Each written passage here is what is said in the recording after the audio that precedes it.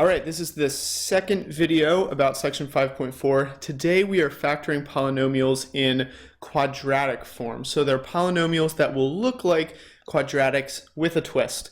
So what techniques can I use to factor polynomials that are in quadratic form? I need to remind you of how we factored quadratics. So let's think back to the quadratics chapter. When I had something like this, you knew some techniques to factor it. So this is a quadratic, it is a polynomial, but it's something that you should know how to do. Remember, our first step was always look to pull out a GCF.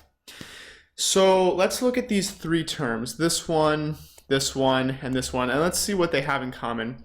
Well, it looks like all of these numbers are multiples of 7. So my GCF in this case is going to be 7. I can pull it out to the front. That leaves me with 3x squared minus 11x minus 4. I still, though, need to see if I can factor this. So the second step is look to continue factoring. It's like further factoring. And I definitely can factor this. Remember, when I'm talking about factoring, I know we just did factoring by grouping, but we're going back to the factoring techniques we had done before. I need to make something that's going to be able to FOIL back to this. The 7 is just hanging out outside. It's not involved. So I need to see, first of all, how can I multiply to 3x squared? Well, there's only one way that I can think of that makes logical sense, and that's 3x and x. So we can right away put that in. Next, I need to see, well, what are some ways of multiplying to negative 4? I can think of a couple. Obviously, I'm going to need a positive and a negative. So maybe 1 times negative 4, maybe negative 1 times 4, or maybe 2 and negative 2. So I'm going to need to try out each of those possibilities because remember, I need to figure out how they're going to add to the middle term. Now, this middle term looks decently extreme, so let's start with one of the more extreme options. So I'm going to start with the 1 and the negative 4. Let's put the 1 here and the negative 4 here and see how it foils. Remember, I already know the first term is going to be 3x squared. Awesome. And I already know the last term is going to be negative 4. Awesome. What I need to check are the middle two terms. So here I have negative 4x. Here I have 3x, and I need to ask myself, do those add up to negative 11x? And clearly they don't. It's negative 1x. So let's try rearranging. Instead of having the negative 4 there and the positive 1 here, let's put the negative 4 here and the positive 1 here. So now my inners are just x, like 1x. My outers are negative 12x, and I think I've stumbled upon the right option because negative 12x plus 1x does equal negative 11x. Nice. So this is fully factored. I'm good to go, and I can double check. This factors back to this. This, if I were to distribute it in, distributes back to our original problem. Awesome. So let's look at something we might be doing this chapter, because remember, in this chapter we're in polynomials. So instead of just seeing a squared term, we will now see degrees that are higher, like to the 4th. But let's think about this for a second. If this was x squared minus 16, we could easily factor this. This is a difference of 2 squares. This would factor into x minus 4 times x plus 4. And isn't this almost the same as this, except what's the difference? Instead of an x squared, I have an x to the 4th. But let's think about it. What can I multiply to get x to the 4th? I think if I go x squared times x squared, doesn't that give me x to the 4th? Because when I'm multiplying two terms, the exponents add. So x squared times x squared equals x to the 4th. Nice. And then I can stick the minus 4 and the plus 4, and I'm good to go. If I FOIL this back out, this is x to the 4th, this is negative 16. Here I have negative 4 that's going to cancel with the positive 4. So perfect. Now, I need to see if I can keep factoring. If you notice, isn't this another difference of 2 squares? It is. So this thing keeps factoring. X minus 2 times x plus 2. Hopefully you get really good at this chapter at recognizing differences of two squares. They pop up a lot. So the question is this guy also a difference of two squares? So let's think about this. Okay, this was this. Now I'm thinking, how can I factor this? Does x plus 2 times x plus 2 work? Well, 2 times 2 is 4, x times x is x squared, but I'll have 2x and 2x in here, and that does not cancel to 0 x's in the middle. So this isn't going to work.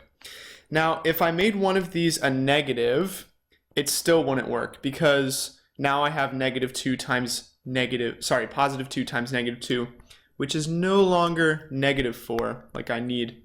The only other thing I could try is maybe 2 negatives. But again, here I won't have the middle terms canceling like I want. They would add up to negative 4x. So as it turns out, there is no way to factor this. Even though it looks very close to a difference of two squares, it is unfactorable. So I'm going to leave it as x squared plus 4. And this is my final answer. I had a difference of squares within a difference of squares. Difference of squareception. All right, moving on. Whoa. All right, now let's first of all think. Remember, my first step in all of these is to see if I can pull out a GCF, and I definitely can. Each of these are a multiple of 4. So 4 is going to be part of my GCF. I'll pull that outside. But also, each of them have some t's. And isn't it true that I could also pull out a 4t squared? Each of these terms is able to give up t squared. So when I pull t squared out, I need to think, dividing this by 4t squared, what does that leave me with? Well, it leaves me with t to the 4th. How about this one? When I pull out 4t squared, what does it leave me with? It leaves me with negative 5t squared. And how about the last one? When I pull out 4t squared, what's it going to leave me with? I think just 6, because I pulled the t's out. Now, we can check if we're right, as always, by distributing back in. And if I distribute back in, I will find that it gets me back to my original. So I'm good to go, but that's a good way you can check. Distribute back in. Now at this point, 4t squared, it's already outside, it's taken care of, I don't need to worry it anymore. But take a look at this thing. It looks like I should be able to factor it. And again, doesn't it look like a quadratic? Doesn't it sort of look like t squared minus 5t plus 6? Except instead of t and t squared like a quadratic would have, now it has t squared and 4.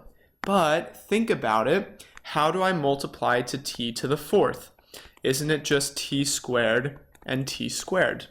And that will make a lot of sense, because now when I get my middle two terms, I'm going to have something involving t squared, and so it'll work.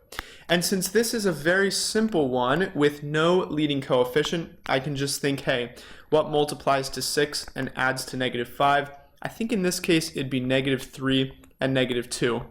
Now, let's double check this to make sure we are able to FOIL back to this original problem.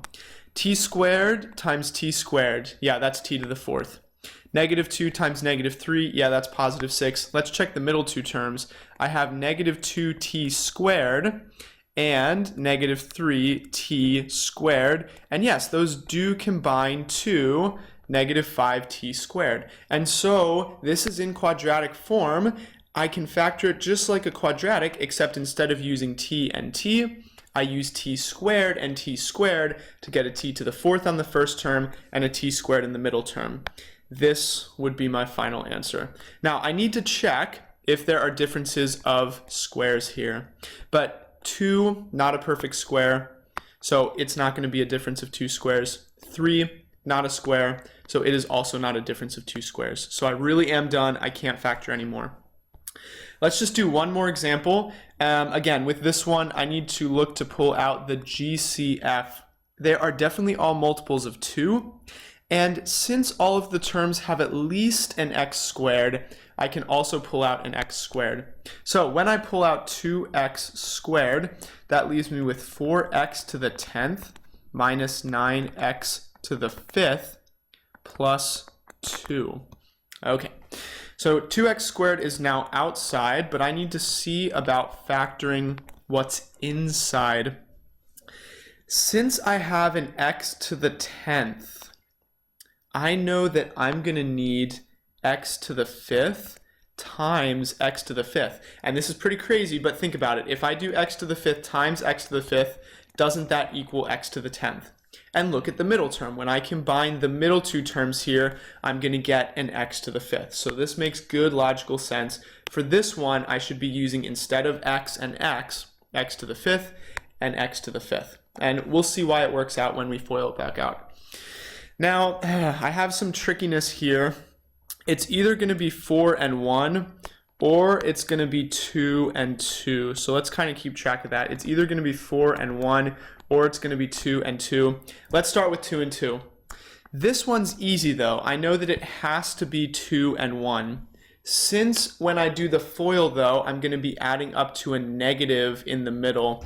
Let's, instead of making it plus 2 and plus 1, remember the other way of multiplying to a positive would be 2 negatives. So minus 2 and minus 1. And let's just check to see if this FOILs to a negative 9 in the middle. Remember, we already decided this is 4x to the 10th, and we already decided this is 2. We just need to check the middle two terms. This is negative 4x to the 5th. This is negative 2x to the 5th. And that's only negative 6x to the 5th when I combine them, not the negative 9. That means the 2 and the 2 do not work. Let's try 4 and 1. Now I'm going to have negative 2x to the 5th and negative 4x to the 5th, which still is negative 6x to the 5th. So that's no good. So the final thing I can try, instead of having the 4 here, let's try the 4 here and see if I have any more luck. Now I have negative 8x to the 5th in the middle and negative 1x to the 5th. And yes, those do add up to 9, negative 9. So this looks good. I do need to check to make sure that I have no difference of two squares, but since I have an x to the 5th, this cannot possibly be a perfect square. I would need to multiply x squared times x to the 3rd or x to the 4th times x to the 1. So there are no difference of squares here because x to the 5th is not a perfect square. Whew, that was a long video. Here's your summary. Only fools don't pull out a GCF. You need to pull out a GCF so that you can be as successful as this baby who remembered to pull out the GCF. And don't forget, when you have polynomials in quadratic form, just remember, when you see higher degrees, just think of how you would multiply to get those higher degrees. Typically, you'll see x to the 4th, and you can say, hey, x squared times x squared gives me x to the 4th. But sometimes, as in the last example, you'll see higher powers. So just be thinking logically about it. X to the 6th, you would need x third, x third. X to the 8th, you would need x fourth. Or the example we just saw, x to the 10th, we needed x to the 5th times x to the 5th. Hey, hope you enjoy factoring. That's all I have for you. See ya.